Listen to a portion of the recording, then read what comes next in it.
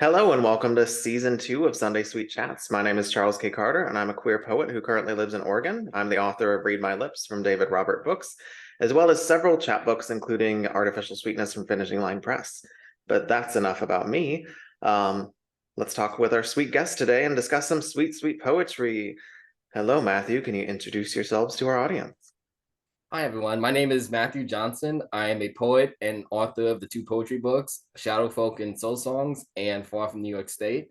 I am also a editor and publisher at two indie magazines, Portrait of New England and The Twin Bill. So I'm very happy to be here. Thank you. Before we get into the poetry stuff, since it's Sunday Sweet Chats, we got to know what satisfies your sugary sweet urges when you have them. There's so many. I could go on the list of cookies and cakes and brownies, but one that I really like and when I've been eating too much of lately have been like fruity gummy candy, like Mike and Ike's. And if you go to like a Walgreens or a CVS, like those fruit slices candies, like those are probably like my two favorites right now. You know, my thankfully my teeth are good. So Oh, sugary food. Let's move on to sweet poetry. You have a poem to read for us. Go for it. Oh yeah, so this is a poem from my collection, which was released a few months ago, Far from New York State. And this is titled Idyllic Jazz Picnic. Summertime is the season when hot lips not only scorch trumpets, but can melt cones of ice cream. Summer is the time of year when mosquitoes are scratched and plucked, and the sandlots are laced with players of swing. The yardbirds live forever and soar the twilight sky to see how high the moon really is. The dawn sun is as golden brass as a horn and still can't blow the smoke or scale the heights of a saxophone. The gods are still laughing at us, honey. Thank you. Thank you. That's so great. I love how it's like a poem, like the title just exudes music, and then it's a very musical poem. You have like great alliteration and rhythm. It's awesome. So that's from the new book. Tell us more about that book.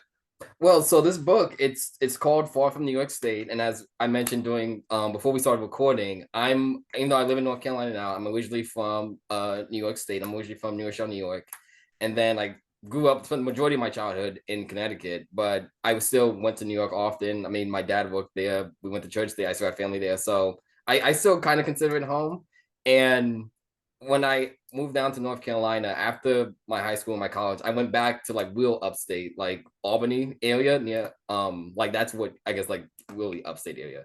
And I worked there for a year in sports journalism.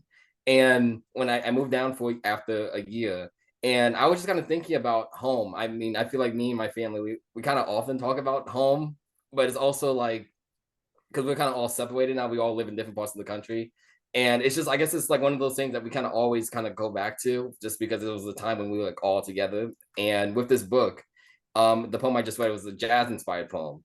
And I was thinking about all the different mediums and media that have inspired me coming from New York State. And that included like the Harlem Renaissance writers, Washington Irving, who was from up, I mean, who wrote about upstate culture, like the sports scenes, the music, the jazz, the hip hop. So I was just kind of combining all the influences that kind of inspired me to like kind of think about like my home state.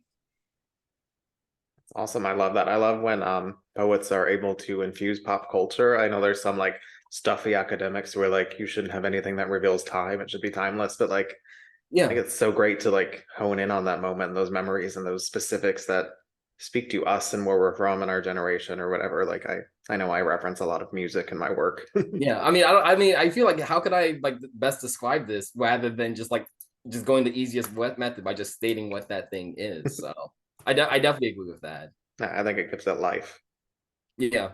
And I know I want to like one thing that like was I guess in conversation with this book because I a few months ago I attended the North Carolina's Writers Network conference, and the keynote speaker was the fiction writer Michael Parker, and he was a retired faculty member there, and he was talking about how he no longer lives in North Carolina, even though he's from North Carolina, but now he lives, I believe, in Texas. And he was kind of talking about how his like his own writings, he still reflects on his hometown and thinks about his hometown.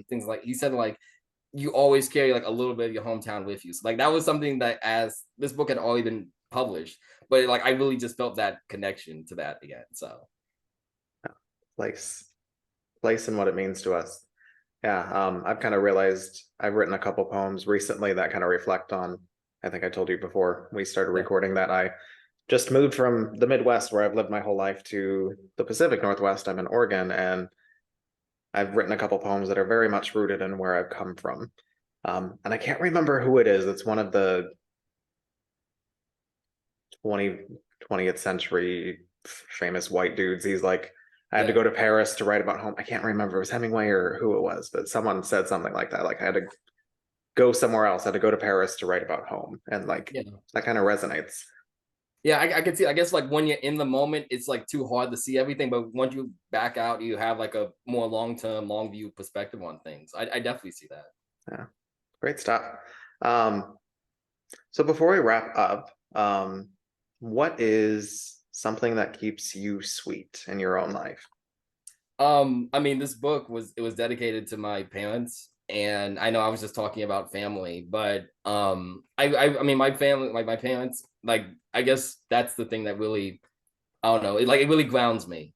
I mean they've inspired me, they continue to inspire me, and like they're part of the reason like why I am who I am, and like why my siblings are who we are. I mean, we all have our own experiences, we all go through our own things, but that foundation level, I mean, they're the reason why I had an interest in literature, why I have an interest in sports, why I have an interest in writing. So I think about my parents and just all the good that they've done for me. So that's, I guess those are one of the things that like really keeps me down. And like I think about that. I guess I find it sweet in life. So Thank you so much for sharing that. Do you have anything else to share with our audience? I mean, one other thing is, I mean, because I mentioned before that I'm an editor at two magazines. So we just had our latest releases just come out recently. The Twin Bill, which is a baseball themed magazine, I'm the poetry editor there. So that was been a very fun issue. And then also I'm the managing editor of a regional magazine called Portrait of New England, which is writings based on from New England writers and New England voices. So yeah, so check those out. Thank you so much for being here today, Matthew. It's been a sweet, sweet treat to have you. Thanks everyone for tuning in. We'll see you next Sunday for another episode of Sunday Sweet Chats. Bye, everyone. See ya.